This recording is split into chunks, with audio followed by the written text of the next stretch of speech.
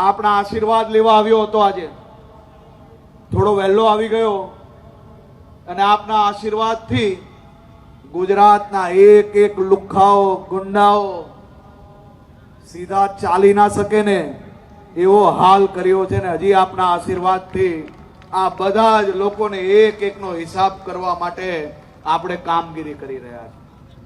અને અહીં બેઠેલા સૌ લોકોને હું આજે વિનંતી કરવા આવ્યો છું કે આ લુખ્ખાઓ આ ગુંડાઓ કોઈ સામાન્ય નાગરિકોને ડાયરીના નામે વ્યાજના રૂપિયા આપે અને એમનું જીવન બરબાદ કરવાની કોશિશ કરશે ને એવા એક એકનો હિસાબ અમે લોકો કરવા નીકળ્યા છે.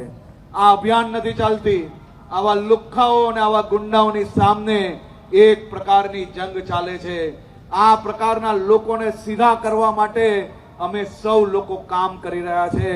આપ સૌના આશીર્વાદ મળે તે માટે જ આજે હું મારા સૌ વડીલોને, અમારા વલ્લભદાદા અહીંયા બેઠા છે, ગગજીભાઈ બેઠા છે, આ બેવ સમાજના અમારા વડીલો જે કામગીરી, જે નાની મોટી બધા જ વિષયોની અંદર સાથે મળીને કામ કરવા મળી રહ્યું છે.